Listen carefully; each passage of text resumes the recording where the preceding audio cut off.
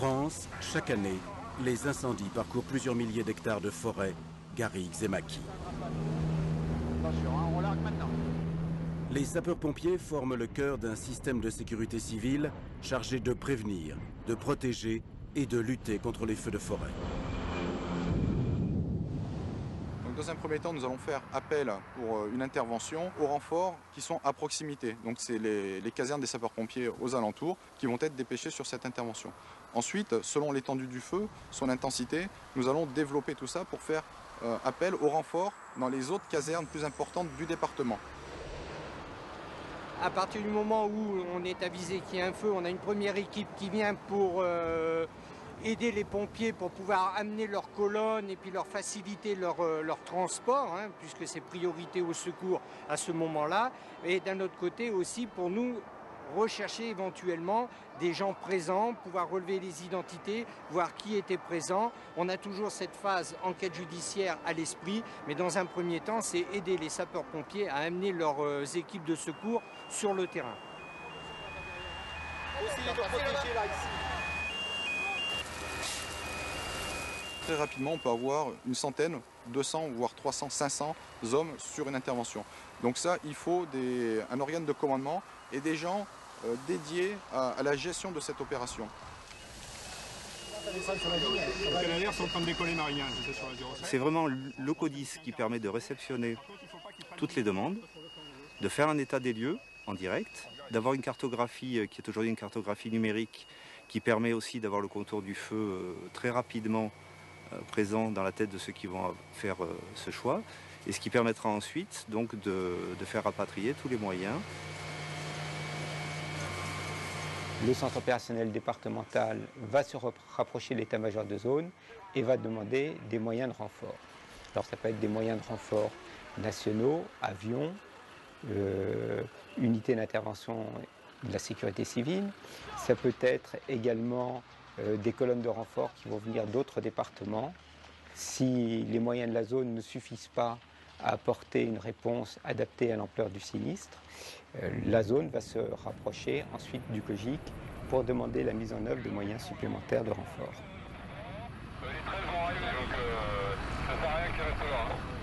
Le COGIC, pendant la période estivale, donc, a une mission dans le dispositif feu de forêt, c'est la gestion des moyens nationaux et l'attribution de moyens terrestres ou aériens en fonction de l'évolution et des sinistres. Donc là, c'est un dialogue qui s'instaure entre la zone sud et le COGIC pour mettre en place des moyens complémentaires, soit à titre curatif, soit à titre préventif. Lorsque les moyens zonaux sont insuffisants, le COGIC fait son rôle d'arbitrage et met à disposition de moyens complémentaires. En plus des moyens aériens, les formations militaires de la sécurité civile sont régulièrement appelées à mettre en œuvre leur savoir-faire très spécialisé. Nous disposons donc de 18 000 litres de retardant pur que nous diluons à de l'eau afin que celui-ci puisse être transvasé donc, dans les moyens feux de forêt pour un épandage immédiat sur le sinistre. Nous intervenons en renfort national des moyens départementaux, soit avec des sections à caractère spécialisées à caractère retardant terrestre, donc dotées de moyens permettant de poser à terre de jour comme de nuit un produit sur la végétation qui ralentit l'effet du feu. Des sections à spécialité intervention héliportée qui interviennent dans le cadre du protocole EFA-ISTOS en vigueur avec l'armée de terre. Nous sommes une entité totalement militaire et nous sommes là dans le cadre d'un renfort national. À partir de là, nous intervenons quand les moyens départementaux sont à bout de force ou à court d'idées de manœuvre sur certains types de chantiers. Et nous intervenons de par notre spécificité qui est quand même assez pointue dans ce genre de chantier. Le DIH intervient sur une zone totalement inaccessible à tout ce qui est moyens terrestres. Et notre mission est en fait de complètement sécuriser tout le flanc droit du feu qui est sous le vent et qui pourrait, avec la chaleur de la journée et la brise montante, se raviver. Et à partir de là, on aurait un feu avec quelques centaines d'hectares supplémentaires. Pour des interventions toujours plus efficaces, il est primordial de déterminer les causes d'incendie. Depuis 2003, les procureurs disposent d'un nouvel outil d'investigation. Là, j'utilise un appareil de détecteur de combustible et on s'en sert pour faire la recherche de carburant, de tout ce qui est accélérant. On pourrait retrouver sur un lieu d'incendie le gasoil, l'alcool, le super. On a mis en place au sein du plan Vulcain une équipe pluridisciplinaire. Dès qu'il y a un départ de feu, les gens de l'équipe pluridisciplinaire prennent attache entre eux et se déplacent systématiquement pour essayer de connaître les causes du départ de feu. Et là, on a retrouvé des morceaux non brûlés qui s'assemblaient bien avec le bois sur le chemin. Voilà. Donc si vous voyez que ça a été apporté, pas par les pompiers parce que c'est pas possible. De main d'homme. De main d'homme. Et ce qui voudrait dire que l'endroit était plus ou moins squatté ou tout à fait. Pour un pique-nique et tout.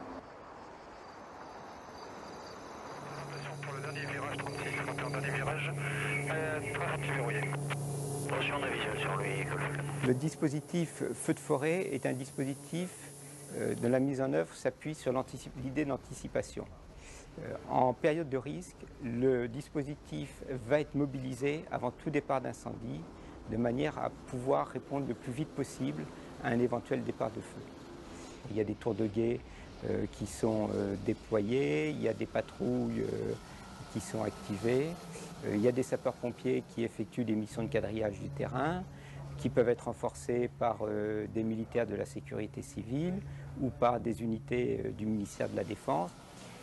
Il y a aussi un dispositif aérien qui est mobilisé dans ce cadre, des avions bombardiers d'eau qui sont mis en l'air avant tout départ de feu pour gagner du temps. Reçu 73.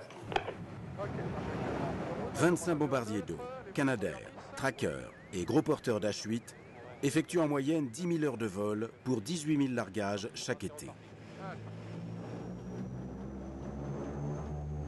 Alors on ne peut pas maintenir un dispositif aussi important sous pression 24 heures sur 24, donc on le cible sur des périodes précises qui sont déterminées par des cellules météorologiques mises en œuvre aussi bien à l'état-major de zone sud qu'à l'état-major de zone sud-ouest et qui vont permettre justement de pouvoir qualifier le danger pour une centaine de secteurs et en fonction de cette analyse de mobiliser des moyens. Littoral varois qui risque encore d'être exposé au vent d'ouest. On essaie d'élaborer au mieux des prévisions de danger météorologique d'incendie, c'est-à-dire qu'on essaie de fournir aux décideurs de la sécurité civile le moyen rationnel de pointer les zones les plus exposées à 24 heures, de façon à déployer les moyens sur le terrain de manière optimale.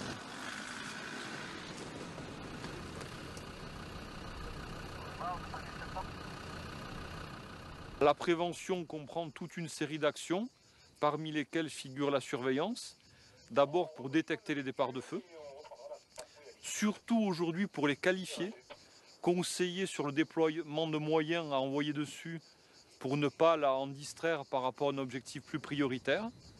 Il va aussi aider les patrouilles à se rendre sur le secteur.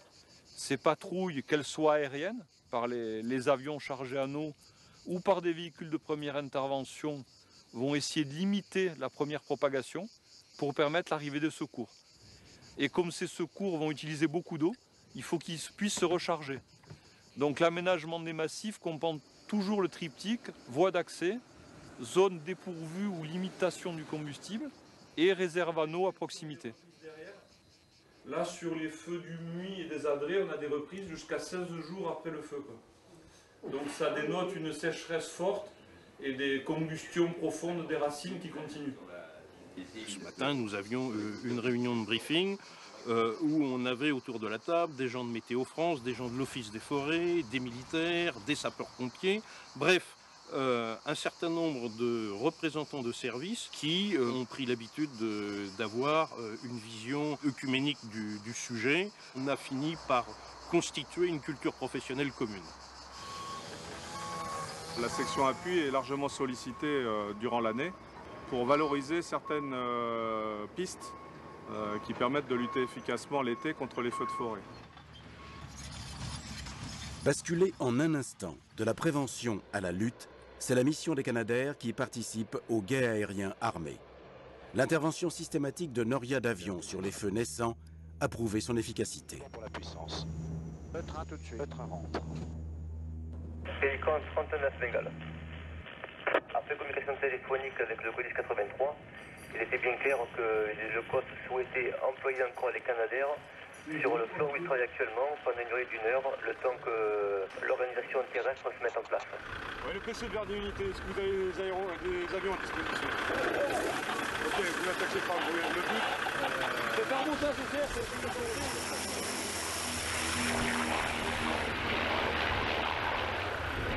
La prévention, c'est l'aménagement de l'espace, l'interdiction de construire ou l'autorisation de construire sous réserve dans des zones particulières du territoire, et ça, c'est le travail du plan de prévention du risque incendie de forêt. C'est ensuite, pour les particuliers, la nécessité impérative, fixée d'ailleurs par la loi, de procéder au débroussaillement autour de sa maison dans les zones qui sont des zones à risque. Et puis enfin, c'est un travail de sensibilisation, d'information, pour faire prendre conscience à titre individuel aux gens qui n'ont pas l'habitude de ce type de risque que la forêt est extrêmement vulnérable parce qu'on est dans une zone extrêmement inflammable. Largage de sécurité en cours par 3 Canadair.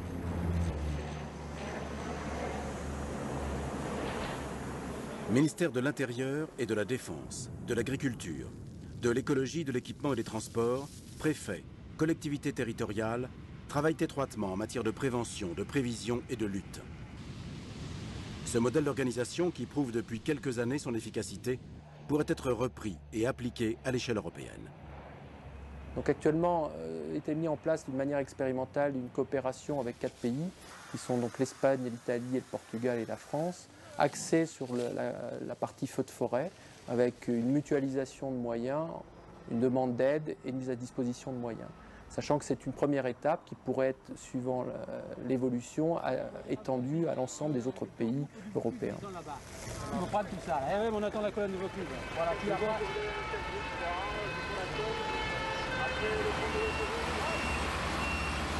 D'origine naturelle, accidentelle ou criminelle, favorisée par l'abandon progressif des cultures et de l'exploitation forestière, les incendies sont très coûteux, tant au niveau des moyens matériels et humains mis en œuvre que des conséquences environnementales et économiques qui en découlent.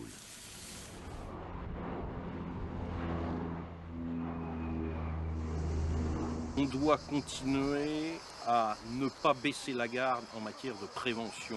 Le coût du débroussaillement d'un hectare ou de l'entretien d'un kilomètre de piste dans une forêt est infiniment inférieur au coût d'une heure de vol de Canadair, au coût d'une heure de vol de Dash.